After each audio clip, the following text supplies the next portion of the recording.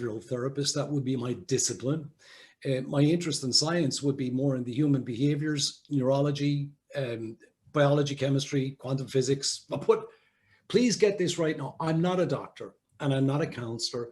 I have a condition called post-traumatic stress disorder, PTSD, and I've had it for a long, long time. And I've had many different types of it, unbeknownst to myself. And it was through the pursuit of getting better, because I knew there was something wrong, that I ended up doing this. It was kind of not by default, but now I would say it was by default, that everything in my life happened for a reason.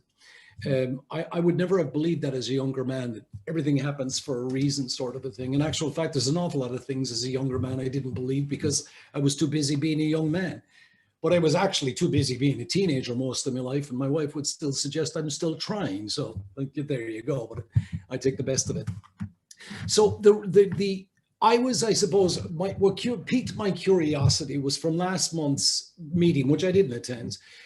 Fiona had told me about a question that came up, and it is probably core and central to when we talk about pain management.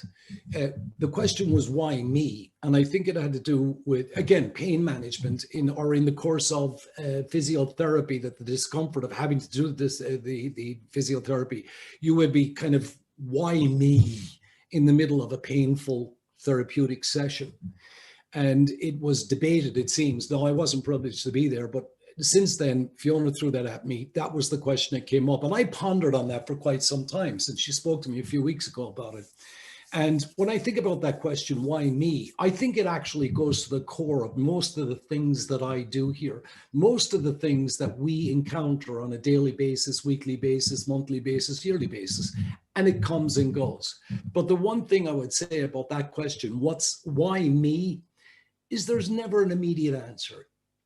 It can actually be, you can have different contextual why me's. I could be sitting here saying, why me? Why did I hit the 5 million euros last night in the lottery? And that's a totally different why me than somebody who'll be on a physiotherapist's table getting worked out with the pain of it. So why me can have many, many different values. But we'll take, in this case, that we're talking about a negative value. So the why me would be an initial question. Of course, it's a great question. It's a valid question, but it's only the initial question. When you hear yourself asking yourself, why me? It requires answers, because if it's not answered, it creates frustration. Frustration can lead to anger. And I think that working with John there in your mindfulness course, that you understand that any heightening of anxiety levels also has its manifestation in physical pain. And we know this. There's been huge it's beyond study. It's called psychosomatic. There's another term now when you get into the science of it, and it centers around what they call psychoneurological immunology, psychoneuroimmunology, which has everything to do with the process of thinking, the neurological construction of the brain, and the immune system that we have. So I was going to start by deconstructing, I suppose, the why me question. And usually to deconstruct it, I think that the first question that would usually arise is, well, if I'm asking why me, I should probably know, who am I? What am I? What do I have? Where am I going? And right away, we open up a whole can of worms about the past and the future and all of the uncertainty. So to where to start with all of that, it can be very overwhelming. And I would suggest starting one step at a time. If you could understand, shall we say, some of the functions of the brain in a simple way, because again, I'm not a neurologist, but I understand the basic functions of the brain and how it affects the likes of me with my stress and anxiety. Many things can trigger me. Pain would be one of them, no doubt about that. But for those who are dealing with the diagnosis of, let it be arthritis, let it be fibromyalgia, let it be cancer, let it be any particular diagnosis, as soon as we hear that news, immediately there's a threat. We feel, why me? Of course, why me is the question. But why are we feeling the way we do? And there's a disconnect between what we just heard and what we're feeling. Usually that feeling is fear.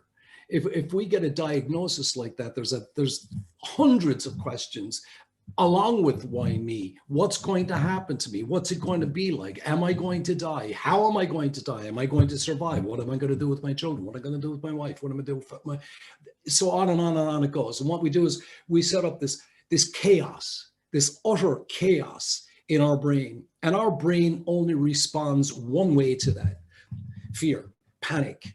And as soon as we panic, and as soon as that, I mean, that in today's, there's two words for panic and anxiety.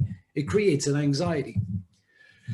To continue the conversation, I'd remind everybody, irregardless of your position or disposition, there's one thing we all have in common. We all belong to the same species, Homo sapien, human beings. That's who we are.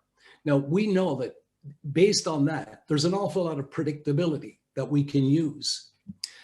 Because we've been here for about, the estimate is about 80,000 years. Seemingly, we crossed over another species called Neanderthals, who were in existence for 450,000 years, but they died off about 45,000 years ago. Not before we bred with them, though.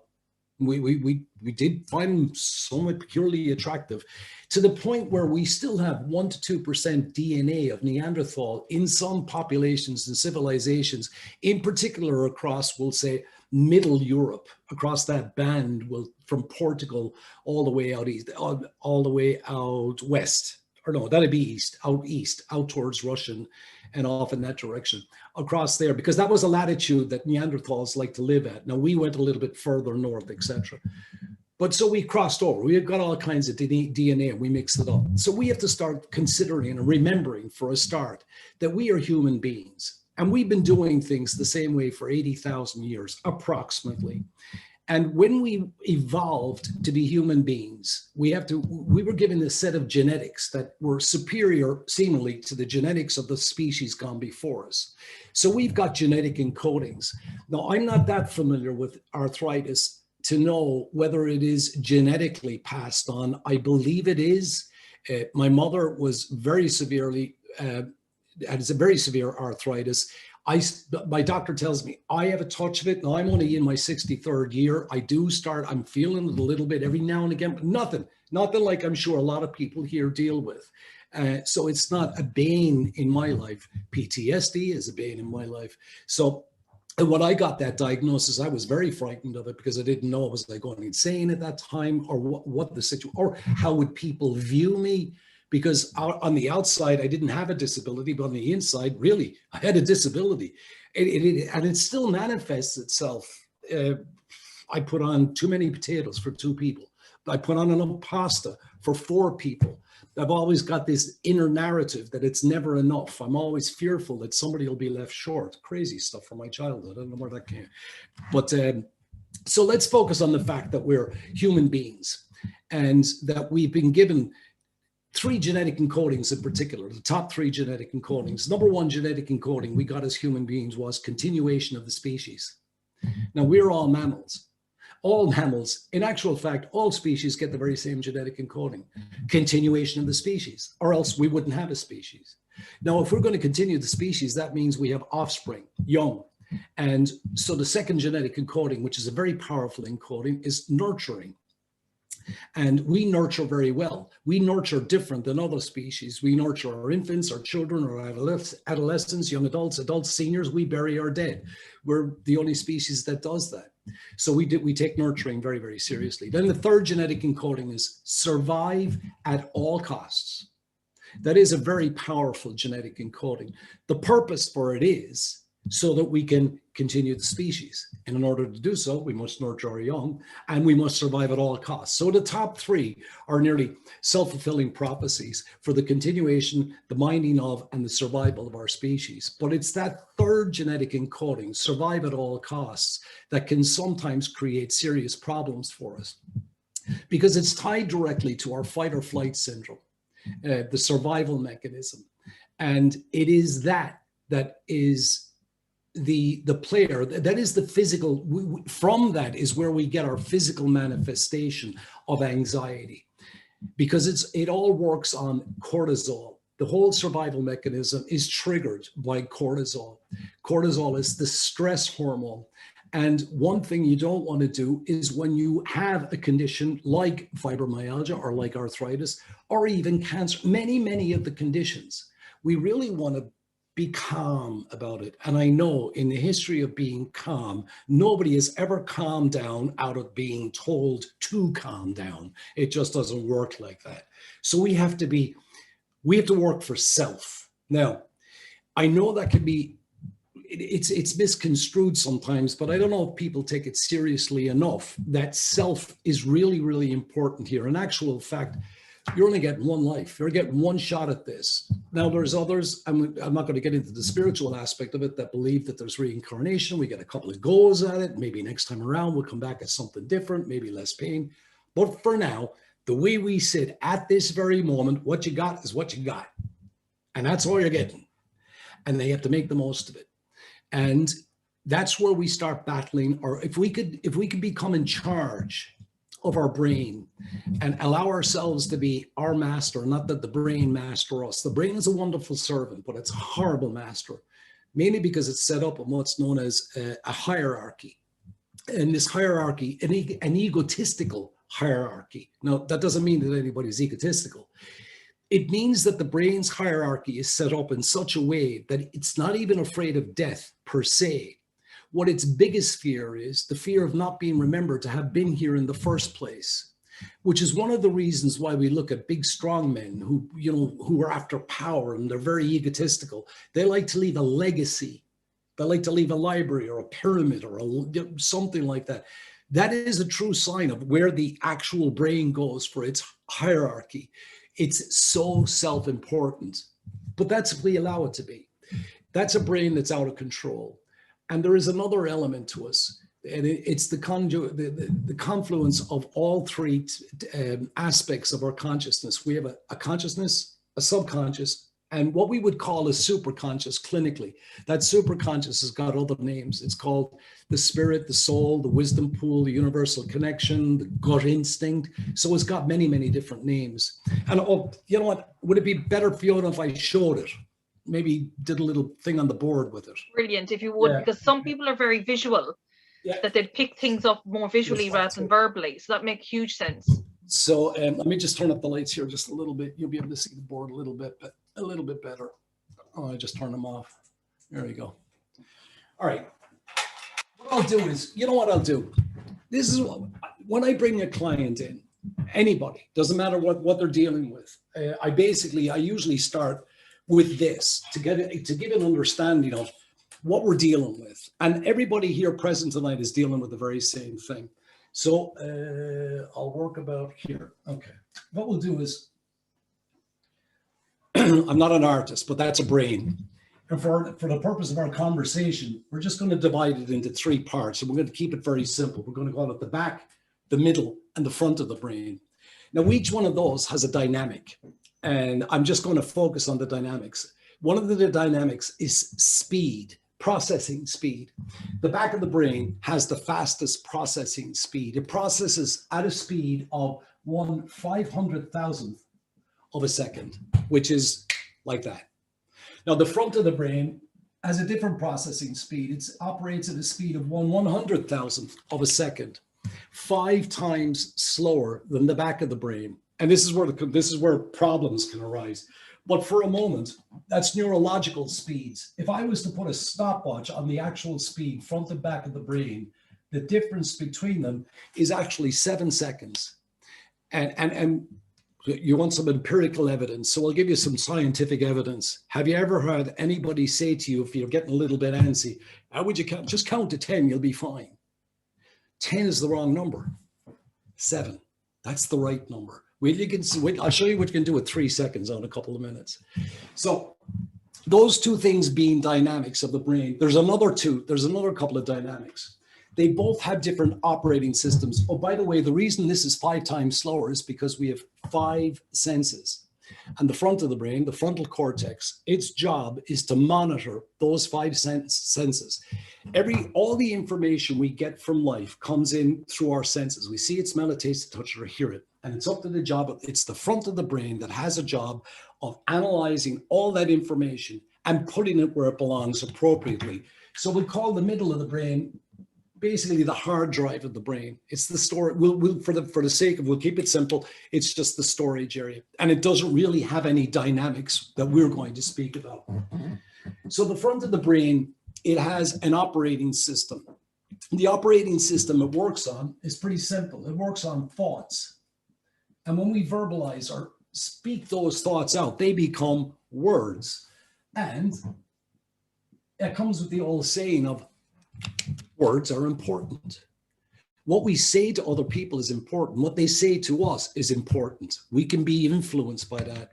But what we say to ourselves, equally so.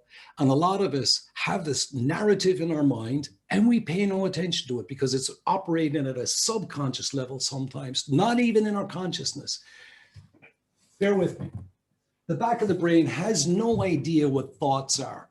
This would be like, I have an iPhone here, and some people have iPhones, some people have Samsungs or Androids. Some people, so there'd be two different systems. We could speak to one another. If I called somebody up with my iPhone and you had a Samsung, we'd be able to have a conversation on the phone.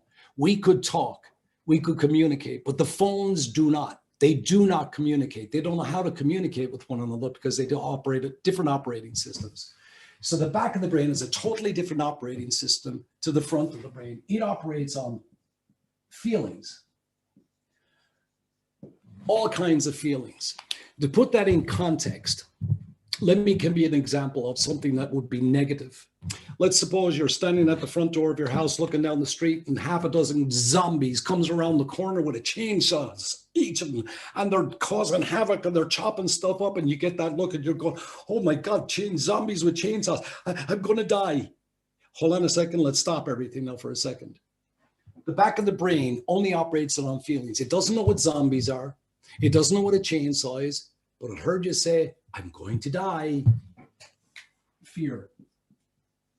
It felt the fear being created by the observations of your brain. You had a visual connection with zombies and chainsaws, and all the back of the brain picked up was fear. Now, the whole reason why we have senses, when you consider the third genetic encoding to survive at all costs, 60,000 years ago, 50,000 years ago, when we were out and about, we always kept our ears open and our eyes peeled for bears, wolves, saber-toothed tigers, red berries. Don't eat the green berries. Paddy ate the green berries last week and he keeled right over. So we learned 50,000 years ago, don't eat the green berries, eat the red berries.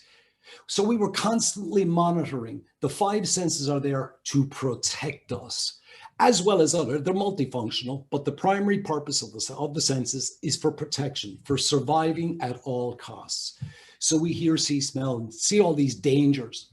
What the front of the brain is constantly analyzing the information, looking for one thing. That would be threats. Anything that it resembles a threat instills fear. And here's where the fun starts. Right here at the base of the brain, there's two small glands right in at the center of the base of the brain, right on top of the spine. They're called the amygdala. That's a Greek word. It's the word for almonds because they look like almonds. But everybody knows what an almond is, right? Does anybody want to tell me? Of course, they're nuts. Well, think about that for a second. That's where that saying comes from. You don't mind, Paddy? I hope is there a Paddy here? I'm not personalizing this on anyone, but just Paddy, look at him, don't hear him today. He's nuts. If somebody said that to us, we know exactly what they mean. What happened? We'd be looking for is it safe to go near Paddy? Because he's nuts. That's precisely where that saying comes from. And it's been around a long time. A lot of those old sayings, I could drop them in all over the place here. We think we're pretty smart. We've always been smart. Human beings have had the same amount of intelligence since day one. What they didn't have access to 80,000 years ago was a database of knowledge that we have today. What they didn't have 80,000 years ago was an immune system that we have today. And we're getting an upgrade to that immune system. If you brought somebody from 80,000 years ago to today, they wouldn't survive. The common cold would kill them. They'd have no immune system for it. I'll get back to the immune system in a second, or in a couple of seconds. So here's the thing that happens. Actually, Fiona, I'm going to show a quick video here for a second. Everybody's going to be able to see it. I'm just going to give you, I should have been more prepared, I suppose, but I'll have it up here in 1 second. I want to give you an idea of how quickly this system, this amygdala thing works. So I'm going to share this with you. Bear with me. And how do we do that again? I'll share screen. Sharing working? Yeah, I got it. Share. All right. Everybody should be able to see this young fella. Does everybody see that? Yeah. Okay. Now, I'm going to use my cursor here for a second, and we're going to see there's a few things here we can notice right away. Young fellow looks to be 23, 24, 25 years of age. He's been walking the whole way down along this road, and I've paused it right here for a moment to kind of catch up and take an assessment of what's actually happening there. If you look at this white car over to the top right-hand side and look underneath it, the shadows are basically directly underneath the car, which would suggest the sun is high in the sky. So I'd put the time maybe around lunchtime, noon. Now, if it's around noon or lunchtime and these fellas casually walking into town after what seems to have been a shower, because if you look along here, along the side of the footpath, there's puddles. So I'd imagine it's about lunchtime. He's after waiting for the rain to stop and he's walking into town. And if it's lunchtime, if he's 23 or 24 years of age, he's probably thinking about food. But he already thought about that up here somewhere. I'm hungry. And on his journey down along, he decided he'd have a burger. And so what he did was he stuck his left hand in his pocket to make sure he had the resources to pay for the burger. And it seems that he had. So at this point, right here, right now, he's made the assessment that he's hungry. He's got the resources to feed himself and he's decided on the burger. He's just got one more decision to make. And that decision would be McDonald's or Burger King, because there's one of each right up in front of him where he's walking towards. So that in that very moment, that's what he's thinking, McDonald's or Burger King. And that's all happening in the front of his brain, in the frontal cortex. It's analyzing everything that he's doing right now. Now I'm just going to let it off and watch what happens to him. So he's thinking McDonald's or Burger King. McDonald's, oh boy. And nearly gets hit by a car. Now let me slow it down a little bit. McDonald's or Burger King, oh no, oh, what was that? He looks over his shoulder, it was a car. Now his hands are shaking. Oh, my shoe's still on me. Oh, I need a drink. One more time. McDonald's or Burger King, McDonald's or Burger King. That spot right there. Can everybody see that? Yeah. All right. That's basically where, hold on, let me get out of that. How do we stop the share? Stop the share so I can see it. What happened there in that very moment was his amygdala, through his vision, saw the car, analyzed it as a threat, and immediately, you're going to die, struck his mind in the back of his brain. So immediately there was a fear there that he was going to die, and it was the fear that triggered these amygdala. And in the process of that, immediately the amygdala released or triggered a reaction, a physiological reaction in his body through the use of cortisol, the stress hormone. It released stress hormones, that cortisol had flooded the body. And basically, while he's thinking McDonald's, or let me just put it in here to emphasize it, McDonald's or he didn't get any further. The back of the brain shut the front of the brain down and made the following determination. Dude, there's a car coming at 60 miles an hour from the left. It's out of control. No use taking your hands out of your pocket. You're not going to fight this one off. You need to put 12 kilotons of force on your right leg. Push, go left, 68 feet. Keep going till that car passes or you're going to die. He's thinking, Burr. The back of the brain moves 5 times faster. And next thing is he's left with this, what was that? Oh God, I need a drink. Why does he need a drink? A minute ago, he was starving. He was going for a Burger King. So here's what happens. As soon as fear is detected by the back of the brain, by the amygdala, it releases that cortisol. That cortisol stimulates our adrenal glands, giving us a shot of adrenaline to get the energy up in our body, but more importantly, to get our heart palpitating, to give our heart a squeeze. Anybody who knows anybody whose heart is stopped, what do? They give them a shot of adrenaline right through the chest wall. Pulp Fiction. I don't know if any of you have seen it or not, but John Travolta, when he brought her out, the boss's girlfriend out, and she passed out because of an OD, that's what they gave her in that movie, through the chest, a shot of adrenaline. Adrenaline squeezes the heart and releases, squeezes and releases, and it starts the heart pumping madly, particularly to get the blood out to the extremities so that we can perform these outrageous feats of gymnastics, all designed to serve its purpose 80,000 years ago. 80,000 years ago, we weren't jumping out of the way of cars. We were running away from bears and wolves. And in the process of doing that, this whole mechanism had to ensure our survival in the event that we ran into a bear or a wolf. So the adrenal glands get going, they start the heart racing to pump blood to the extremity, because the blood is what carries the oxygen to our outer extremities, and off we go running from a bear. Now we go back 50,000 years ago, we'll use it for its intended purpose, this whole survival mechanism thing. So we start running and all of it, but our whole physiological system changes, and everything that's available let me particularly focus on the blood thing, or he was hungry, now he's not hungry, he wants a drink. The adrenaline that's released into the system is multi-purpose. It gets the heart speeded up so it can pump blood to the extremities, so we can stay running from the bear or jump out of the way of a car. But in doing so, and all the blood vacating the central cavity, that's what happens. When everything gets rushed like that, the adrenaline is released, everything's pumped out to the outer extremities, which means our whole internal cavity starts to systematically shut itself down. The first thing to shut down is the digestive system, because if you look at a stomach anatomically, it's just a bag of blood cells, within which is the digestive system. But when we're running from a bear or jumping out of the way of a car, we don't need it. And it gets squeezed. The adrenaline squeezes it the very same as it does to the heart, and gives the extra blood that's in the stomach to the heart, so the heart can pump it to the extremities, so we can stay running from the bear. And then it starts on down through the bladder. The bladder reduces, it becomes flaccid is what it's called. I mean, to be evidenced by the fact that you might have heard somebody say this, I got such a fright, little pea came out. There you go. And let's not even start with the upper GI, the lower GI, upper bowel, lower bowel, loads of blood in that system. All right, look, we're all adults. I mean, did you ever hear somebody say, yes, I was shitting myself? That's exactly where it comes from. Those feelings, those manifestations are all due to this perception that we're going to die. And in this case of the chap, the young fella, it was very real. And without it, he would have died if he wasn't able to respond to that threat. However, threat is multidimensional. Threat can be perceived in the imagination. The imagination is far stronger than reality. And we know this through creativity in particular.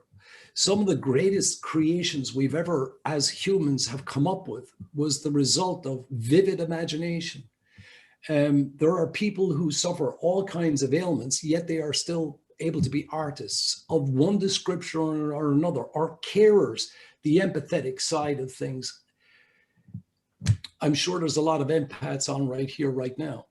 And that's the part to go kind of like, I'm really rushing through this. I could take hours talking about this kind of stuff because it's my forte. So I'm just giving you a skim over the top. But I'm not forgetting the first question that started all this. Why me? So to get to the imagination and the creativity and the empathetic side of us, usually we become empaths because of sensitivity of this, the amygdala. The majority of us who hear a diagnosis of one description or another, if it's a diagnosis, it's generally not something good. So we become fearful as soon as we hear of that diagnosis. Now we could begin to answer that question, why me? But it could take a bit of time to do so. Once we've gotten a diagnosis, there's an element of fear introduced. And there's also something else. There's the element of the unknown. And that in itself creates an anxiety. We don't know what's going to happen. We can even be reassured that best with all kinds of empirical evidence that if such a procedure and such a medication was to be used, everything should be fine. But nobody can guarantee that. So we nearly have to imagine ourselves better. And this will go back to probably along the lines of what John teaches in that course that he does about, meditation, for example, would be one way of accessing that sort of power that we have. But fool yourselves not, we do have that power. We have tremendous power within our brain, tremendous power to imagine things. I'm sure you've all heard, or many of you have heard of that book called The Secret. when it came out first, I said, I have to get that book. I need to know the secret. I was disgusted because I couldn't, they didn't tell you exactly what the secret was, but I didn't realize what I was reading at the time. And what they were really talking about there was the law of attraction, which is basically, just positive thinking, positive mental attitude, looking towards the future with positivity, trying to create these images in our mind of us being well, of being able to, do the things we want to do, even if we have to come up with ways to do it, ways to get it done.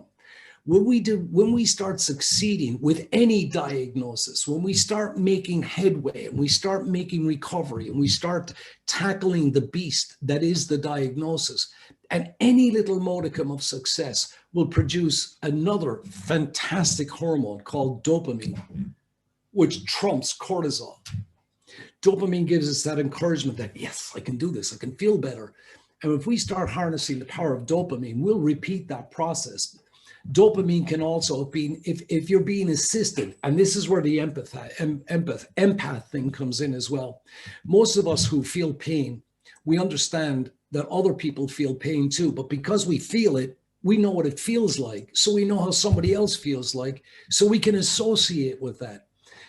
And that gives us wonderful insight. And it also gives us an opportunity to make an answer to why me. Now, when you think about when you're feeling on a bad day, and you may ask yourself a question along the lines of, why me today? Why me? Well, give it about 10 years. And if you are able to engage and I suppose set that fear aside for a moment and use your imagination and use your positivity to engage yourself in the process of fighting whatever the diagnosis is, it doesn't matter what it is. If you're able to fight with that, negotiate with it, negotiate with yourself. Like I said, this is it. This is all you're getting. You're getting one go around at this. And if we really look at other people as well, I mean, how many times have we heard that old saying, I complained of having no shoes till I met the man with no feet. There's always, and I'm not trying to patronize anybody here, but we really do have to take these things seriously that, there but for the grace of God go I. And when we become, gratitude is a wonderful thing, and it assists in the development of oxytocin and the dopamines. But if we can reach out, that nurturing thing I mentioned, the second genetic encoding, if we can engage in that and that question of why me, well, you have a wisdom now that other people who haven't had this pain yet don't have. And by associating with their pain, you can give them encouragement. You can give them hindsight, you can give the benefit of your hindsight, which would be their foresight, but you can get engaged, you can get involved. And that's why groups work so well. And that's why it's good to have a central conversation, but it's also good to reach out to other people, maybe not necessarily having a diagnosis of a physical ailment, but maybe something else. The why me can be answered by simply well, now I know. I know what it's like to have pain. I know what it's like to be afraid. I know what it's like to be miserable. I know what it's like to be lonely. That's a good why me. But we never know that in the moment that we ask why me. For me, I asked that question at 33 years of age. And I think it was only about 12 or 15 years later that I realized, oh, now I know why I was going through all the crap that I was going through. It was so that I could get motivated enough to actually go back to school. I quit school. I left school at 18. I failed my Leaving Cert on purpose, so my mother couldn't send me to college. I was done with school. In my early days, I don't know if any of you know me from way back, but music was always my central thing in life. And I was told you can't make, hey, that's not a job. You can't do that. Well, you can actually. I did very well with it. But it didn't serve my purpose. My purpose wasn't that. It's my love. It's my passion. That's one thing. My purpose is to be able to recognize in other people the distress, the discomfort, the pain. Now, pain it's not always physical. When you have physical pain, it leads to mental pain as well. And that's depression, anxiety, stress. Those are all mental discomforts, mental pain. Now I know, based on my journey in life, what I can say to other people. Anybody here, I can say with great, I suppose, confidence that you can make your way through this. We can beat any challenge. We really can. And we might not beat it 100%, but we can take it, we can give it a good run for its money. And by reaching out to others, those people who don't realize what's ahead of them yet, for those of us that would be in our 60s, I can say honestly that kids in their 30s nowadays, and I call them kids because adolescence has been pushed out a little bit these days, but they just don't know. They don't know what's ahead. And you can't tell them because they're right. In actual fact, ask a 16-year-old because they know everything. And they do. Remember when you were 16? Geez, you might not have been allowed to say it, but you knew. What you didn't have was the experience. And that's what everybody here that's witnessing what we're talking about tonight, every one of you have some sort of experience. And it's critical that you take that experience and use it in an empathetic way to reach out and help others, because nobody can take that from you. The reward of helping others is the highest reward available to us. It's the second genetic encoding. Nurturing doesn't mean just our children. Nurturing means the children next door, the senior down the road. The bully who doesn't know what he's at, a bully is hiding his vulnerability or her vulnerability. Some people we can get through to, some people you need specialities to get through to, and even sometimes the specialities can't get through to them, such as trauma. And there's another thing, we need to be very careful what trauma plays with the mind. When you have a physical ailment, you must be aware of the fact that there's a psychological and emotional trauma that accompanies it. And as a result of that, you can be left with post-traumatic stress disorder without even realizing you're there. If anxiety is playing a huge role in your life, it means that there's hormones in your body and there's been a permanent tattoo left on these amygdala of something that scared the bejesus out of you. And it won't go away. And you're there and every time you do, that cortisol that rushes through the system is pumping adrenaline out and getting you ready to run from a bear, but there's no bear. And you're all tightened up, ready to run and fight, but it's only making the pain worse. Now I tell you to calm down. Kevin, can I throw something there to you? Please do. There was a saying that I heard recently, and it's really hitting home with let your mess be your message. So yeah, and it actually has, even through ourselves that volunteer in our branches and things like that, we're all living with so to meet other people who know what it's like to live with pain and to share our stories and everything. Again, it takes nearly our mind off our own pain to be able to help others with their pain. So it's a huge thing there. I agree. Yeah, absolutely. I agree. There's something that you really want to be cognizant of. And that is, we have another old saying where we get comfortable in our misery. So we need to be proactive. It's not just enough to acknowledge. You've got to be proactive. And the way I would put that is, if you look at life, life is linear. It's always moving from a place to another place. And that place was birth. There's two things we're all going to share two experiences. We all get born and we all die. 10 out of 10 people die. So we're all going to share that experience. But in the meantime, the Dalai Lama said it well, actually. To be old and wise, you must first be young and stupid. And all of that journey, where are we in that journey from being young and stupid to old and wise? Now, they're his words. I don't like the word stupid, but if it was good enough for the Dalai Lama, I'll use it. But think about the journey from birth to death. It's all linear. It's all forward motion. And we have a certain momentum behind us on our path. I've heard people using phrases like, this is going to be share the sayings night. I go one step forward and two steps back. No, you don't. No, that's untrue. You can go two steps forward and think you go one step back, but all the time, the clock is going tick tock, tick tock. It's not going tock, tick tock, tick. It's all going tick tock, tick tock. We're moving forward. That second is gone. It'll never come back. We can't go backwards. And even if we stumble, there's such a thing called momentum. We'll stumble. And if you're walking forward, you'll stumble forward. Momentum will keep pulling you through. So on your bad days, and we all have bad days. We all have good days, but we all have bad days. It's not a shitty life. It's just a bad day. And we can use this momentum to carry us through to the end of it and look forward to the next day as a better day. And we can string a couple of bad days together.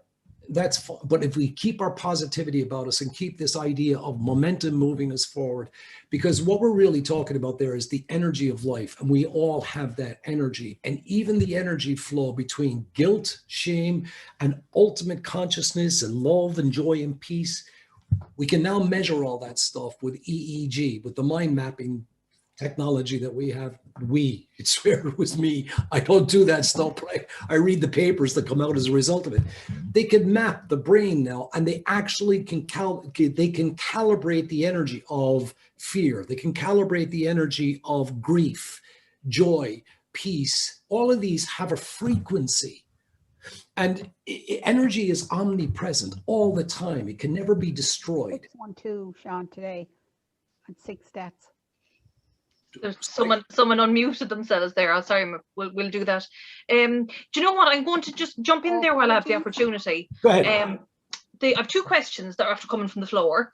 You keep talking about the adrenal glands. If someone is having a problem with the adrenal glands physically, does everything else work? Does the cortisol still get stemmed? Any recommendations on that? Well, from the best of my, and remember, I'm not a doctor, yes, but from the best of my recollection, we have 5 adrenal glands. And to the best of my knowledge, all of your adrenal glands don't get knocked out. Okay. And that's why we have 5 of them. Remember now that the survival mechanism is really high up on that list. It's the 3rd genetic encoding. And that's why we got backup systems. Perfect.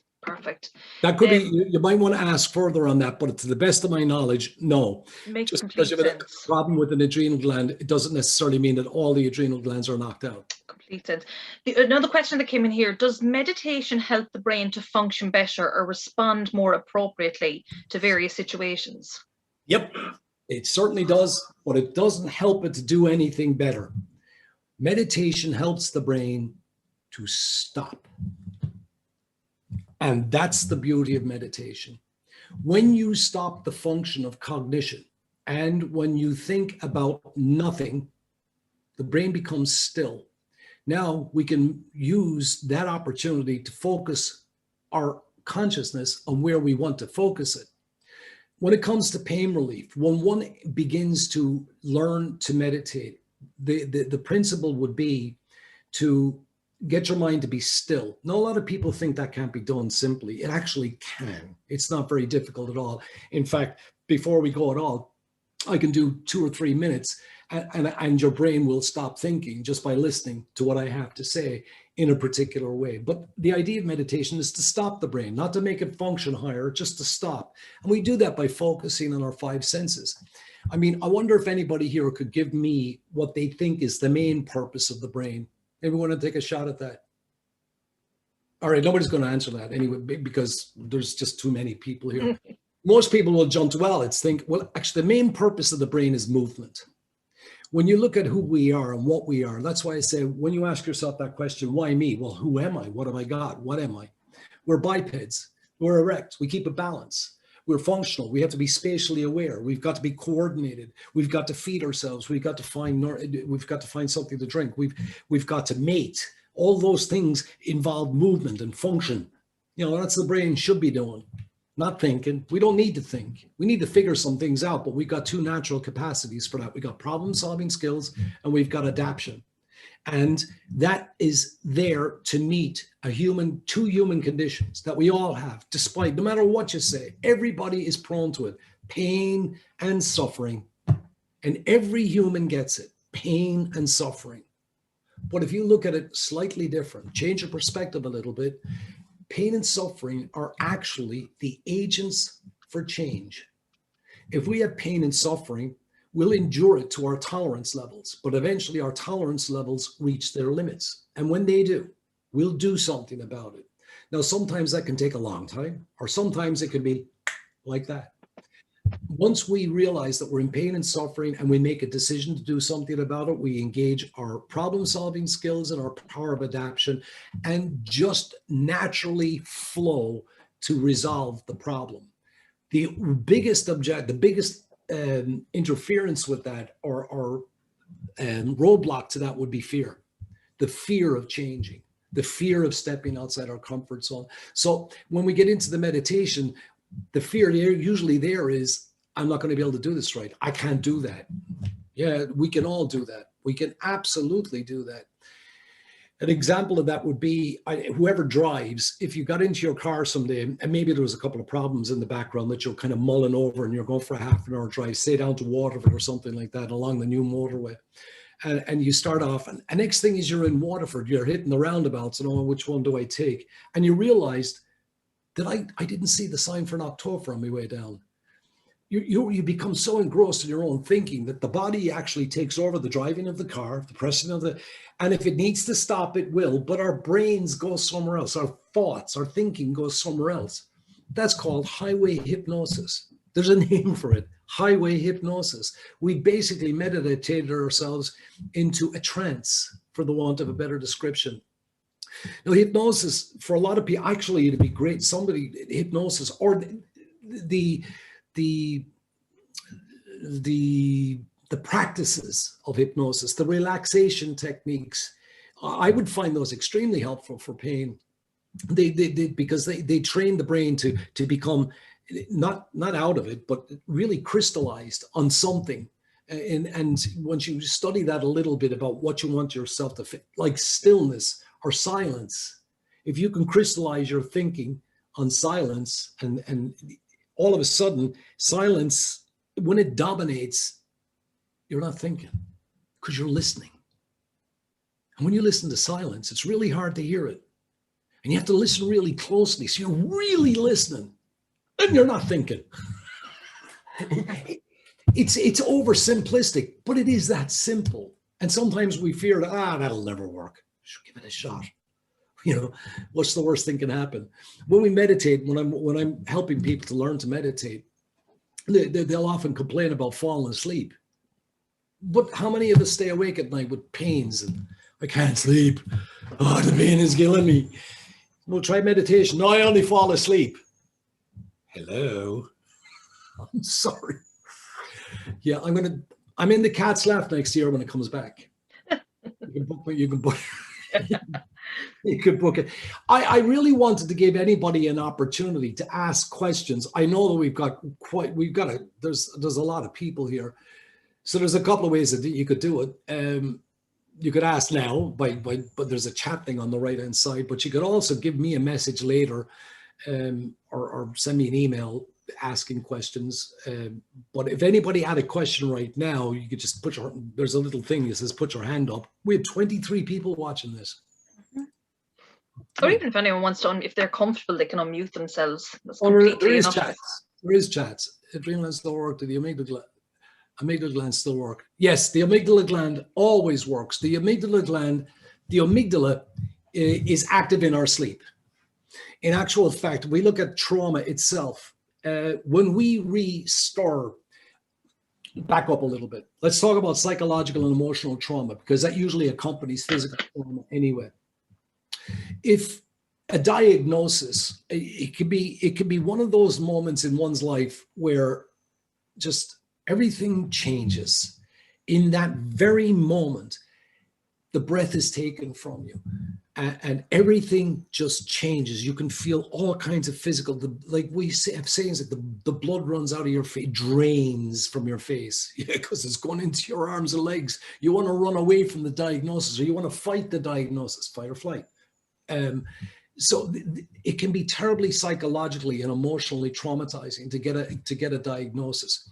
Now, what happens then is that moment it's tattooed in your subconscious as something to be fearful of. Any diagnosis, anything to do with white coats, anything to do with hospitals, anything to do with pharmacies, anything to do with medication, they can all trigger a response. And the response is always going to be the same. The blood is running out of my system. Oh God, oh God, oh God. It's anxiety. So the amygdala, and when we do that in our sleep, when we have a reoccurrence, let's say we're triggered and maybe we get some additional bad news on a diagnosis, maybe a year or two in, that maybe something didn't work right, we're going to have to try something else. Well, immediately you think, well, that's the end of it. And that it's a kind of a re-traumatization. We can even bring that into sleep where we have nightmares. Now, we know a lot of nightmares stem from basically in the middle of the brain, it's thoughts move, memories move, And I can give you an example. I can't. It's too confusing. There's not enough time to give you an example of. But if you want to, I can show you another time. Anyway, memories move. They sit in a place, always there if we need them. Like, I'll use you as a guinea pig for a moment, Fiona, if you don't mind. Absolutely. How's your memory? Shocking. Shocking. Do you remember being 2 years of age? No. Okay. What language are we speaking? English. Where'd you learn that? When I was a baby, from my parents. How old were you when you started putting sentences together? Oh God, about 1 or 2. Yeah. So in actual fact, you have the basics of English, enough to get you by. And what you've done since then is you've added to your vocabulary, you've become more fluent with it. But if you didn't have the basics, you wouldn't be able to have this conversation with me. So in actual fact, you remember being 2. But let me go a little bit further. Do you like music? I do. And what's the first thing you ever heard? Careful now. Listen to that question again. What's the first thing you ever heard? God, I can't remember. Actually, you do. It was your mother's heartbeat. It's the first sense that gets turned on in the womb when we're being created. And it's also the last sense to extinguish when we pass away. We hear first and we hear last. So the first thing we ever heard was our mother's heartbeat. And when we look at that through the science of human behavior and over the thousands of years that we've been here, at the center of every culture and society, there is rhythm. There has always been rhythm, and there has been dance. More so than music. Music came later when we made that discovery that wind moving over weeds and causes a vibration, gave you tonality, and we could harness that and change the pitch, etc. But rhythm and dancing came first. We actually recall being in our mother's womb, okay? Now, for example, if I was to, let's suppose we're in the same room together and I held up a candle to you, and a lighting candle, say, here, stick your finger in that, would you? No. Why? I'd burn myself. How do you know that? Because I've done it many a time before.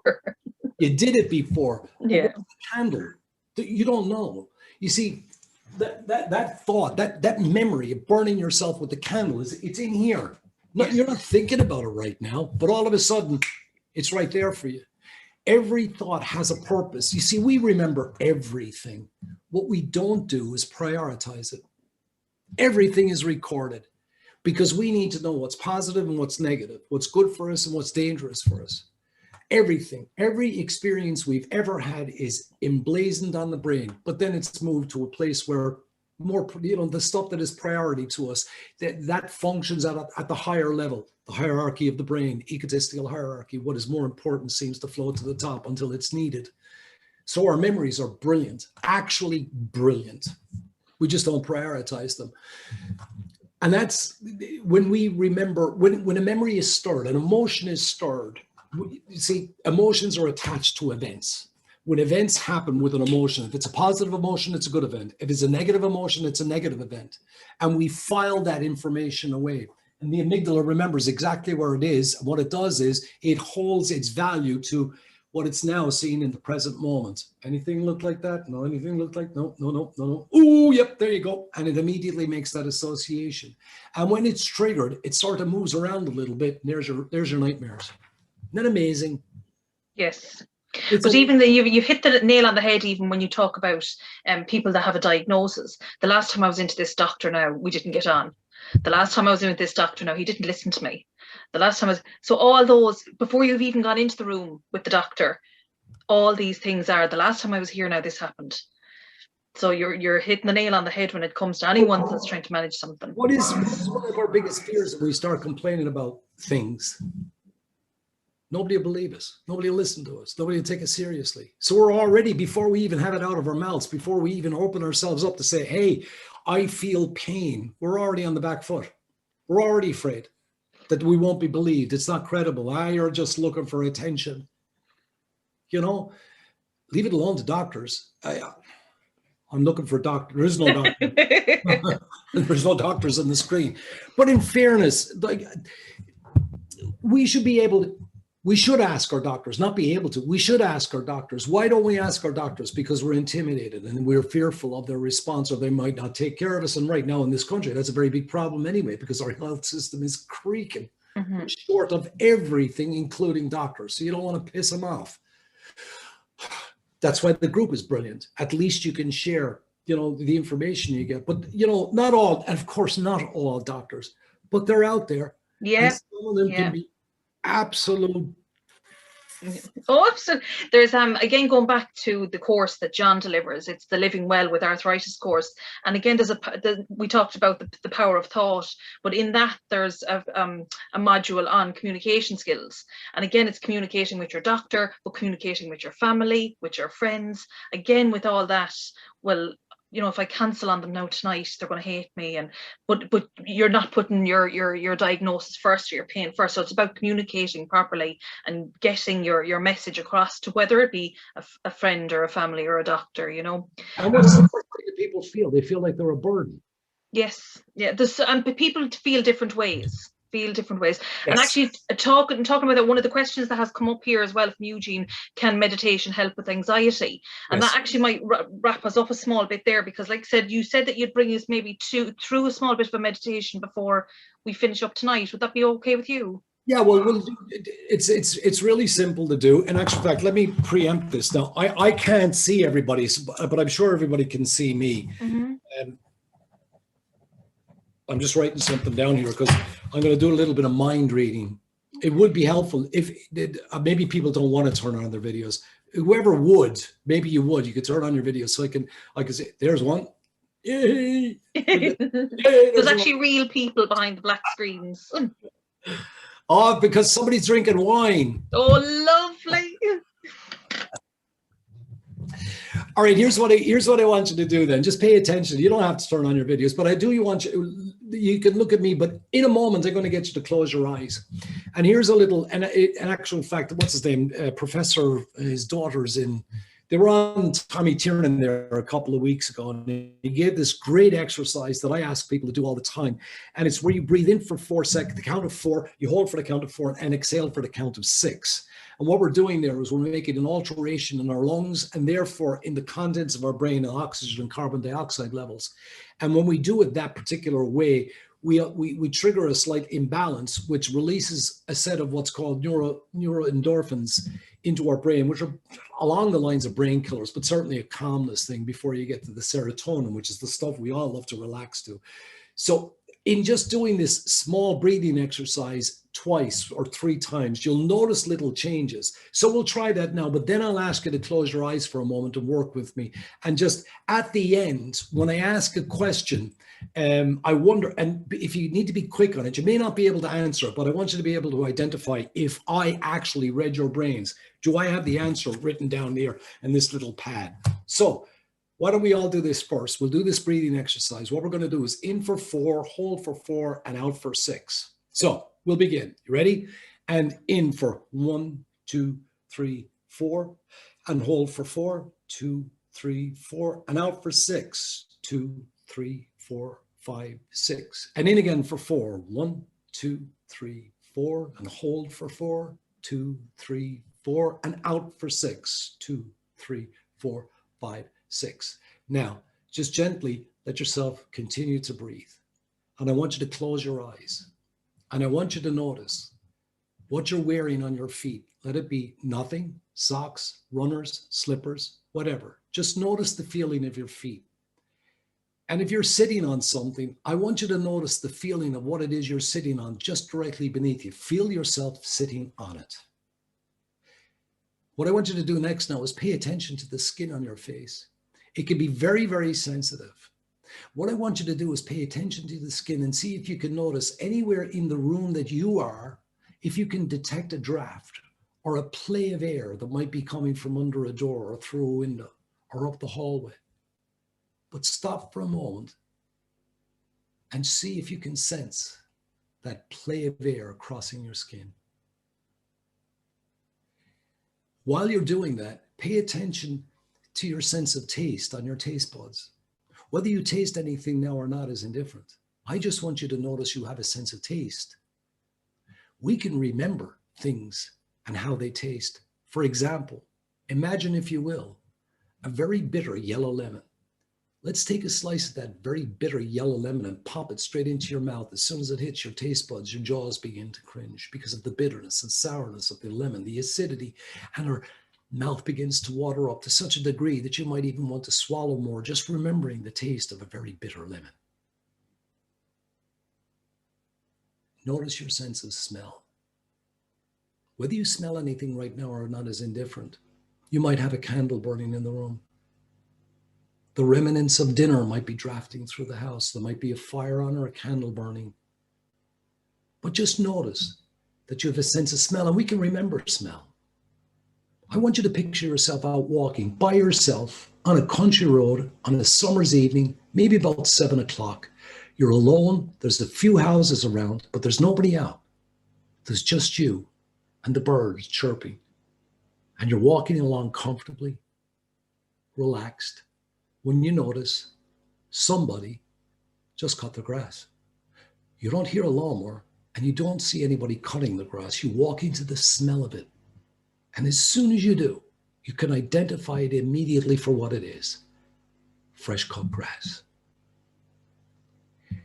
Now, as you sit there with your eyes closed, I want you to imagine that you're in a very particular place. I want you to see yourself sitting on a sandy beach on a beautiful summer's day, looking out towards the water and noticing the blueness of the water. And notice the waves rolling in one at a time. Not big waves, not small waves, medium-sized waves, rolling in and splashing on the beach.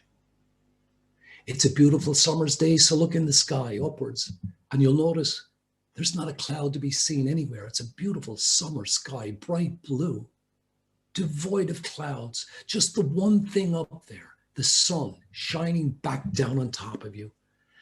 And maybe remembering, feeling the heat of the summer sun in your face as you sit by the beach and inhale that freshness of the sea air and let it fill your lungs, and perhaps notice the salty taste on your lips from the sea spray being kicked off by the waves splashing on the beach. And just notice the comfort and the relaxation of it. But you won't be alone. On a beach on a beautiful summer's day, there'll be others there, in particular children at the water's edge. Some splashing, some swimming, some squealing, some screaming. And then there's the little ones, sitting there with the brightly colored buckets and spades, paying no attention to the world around them, focused on that one job, digging holes in the sand. Take that whole picture in. You might even hear the occasional sound of a passing seagull as you feel even more comfortable and relaxed just sitting there on a sandy beach. But now I want you to pay attention to your hearing. And obviously you hear the sound of my voice, but we are all in different places and anything could happen anywhere we are. In your house, there could be a creak of a wooden floorboard moving or a shift in the house. The sound of a television in the background or the voices somewhere else. You might have a window open. Maybe you can hear the outside world drifting in. And I wonder if from where you're sitting, you can allow your hearing to go all the way down to a beach from where you are right now to the beach that you visited somewhere in the past, and actually in the background, hear those waves. Let your hearing go so far away. But now bring your hearing back into the room again. And keeping your eyes closed, I want you to focus on the tip of your nose. It doesn't do anything. It's just the tip of your nose. It's been there all this time and it's not doing anything. It's not even making sound. So I know you can't see it because your eyes are closed, but I want you to hear it. The tip of your nose. It's making no sound, so therefore it is silent. Focus on the tip of your nose and listen to it. Listen for the silence. See if you can hear it. Invert your hearing. Listen now. All right, everybody pop their eyes open for a second. Can anybody tell me what they're thinking right now? Is anybody thinking this?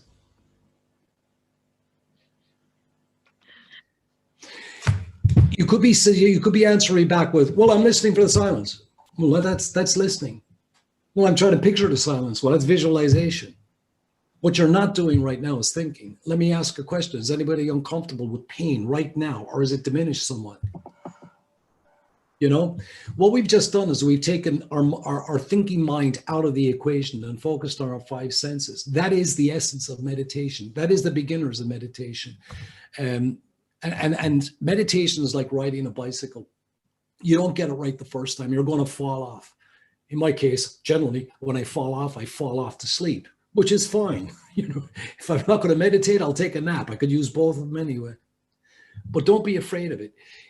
Any new skill takes up to 3 weeks for the human condition to adapt it as a new condition. Like riding a bicycle, it took us a good 2 to 3 to 4 weeks to learn to ride the bike without the training wheels. And when we did, we got there and we balanced and we wobbled quite a bit. But within 6 weeks of wobbling, we were zooming past the kitchen window. Our mother was looking out, oh my God, there's no hands on this steering. Put your hands on the steering wheel. We got so good at it. So it's the same with meditation. Don't give up in the beginning. Have a goal. If anybody wants to, I'm easy to find on Facebook. Kevin Hennessy CBT, Kevin Hennessy CBT for wellness. Kevin Hennessy CBT. You'll find me. You can pose any question there, and I can send you stuff. I can send you videos on introductions to meditation. One great guy called Paul McKenna. There's tons of them, and some little like momentary exercises, how to cope with anxiety in the moment. I've got stuff on that too, which I'd be happy to send anybody. But you're very good to offer that. Thanks very much for that. You're welcome. I do it all the time. No, that you're honest to God, because I know, like I said, tonight now we've held you up like I promised it was going to be 8 to 9 and we went over, but we went over for good reason, because I really enjoyed. And again, going back, I keep talking about our Living Well program. Shocking. But again, even in the Living Well program, again, we talk about meditation. We refer to it as body, like we do a body scan. You remember body scan? Well, we just did that. Yeah, and again, it's being aware of different parts of your body and things like that. And so there's a huge amount of, like I said, what you've mentioned tonight is what we are trying to get the message out there when you're trying to manage pain. You know, you mentioned your Facebook page, Arthritis Ireland's Living Well program is constantly, and at the moment it's free because it's online, but it's on their website as well. So if anyone wants to book themselves onto that, it's a 60. Yeah, absolutely. Because and you know, a lot of it is back to self-management. You know, as you said, all we have now is what we have, and it's about making the best of what we have. You only get one. This is it. We're living it right now. That's it. That's all we get. You know, and I just can't emphasize that enough. And nobody's going to do it for us. There's people that will help us, and it's up to us to help others. But the only people that will do anything is ourselves. You can bring the horse to water, but you can't make him drink it. Absolutely. You know? We have to get ourselves to the water. We've got to drink it. But the really good news is, once you make a habit out of doing these things, success can be measured in a day by day repetition of positive actions that you take on your own behalf. And success is easily measured then. It's an ease. That's why they say it's easily measured. It's an ease. It doesn't mean money in the bank or big car or big house. That's all shit that can be taken from you. There's no security in that. It's about this. And then what we can do for others. 100%. There's a beautiful message after coming in there from another Fiona. So thank you very much to ourselves, as Arthritis Ireland Kilkenny, and for Kevin for positive and empowering message. Another tool for my coping with my arthritis. Somebody did answer. Emily Fitzgerald said she was thinking nothing. Nothing. So look, I'll let you, Kevin, thank you so much for you. This is not the last you've heard of us. Like I said, we'll probably be in contact with you again. And as Kevin said, if anyone wants to get in contact with him, find him on Facebook. He's brilliant, offered his services. You're an excellent scourge on me, it's fine. A scourge, a positive scourge. Absolutely. Kevin, thanks a million. Be watching golf or something like that. Oh, go on. We'll get back to that someday. And to everyone who turned up tonight, thank you very much for being online as well. And we have a talk every month, so you'll probably be haunted by me with emails again for next month's talk. But thank you very much for being here. And again, thank you very much, Kevin. You're welcome. Thanks, everyone. Good night, everyone. Bye.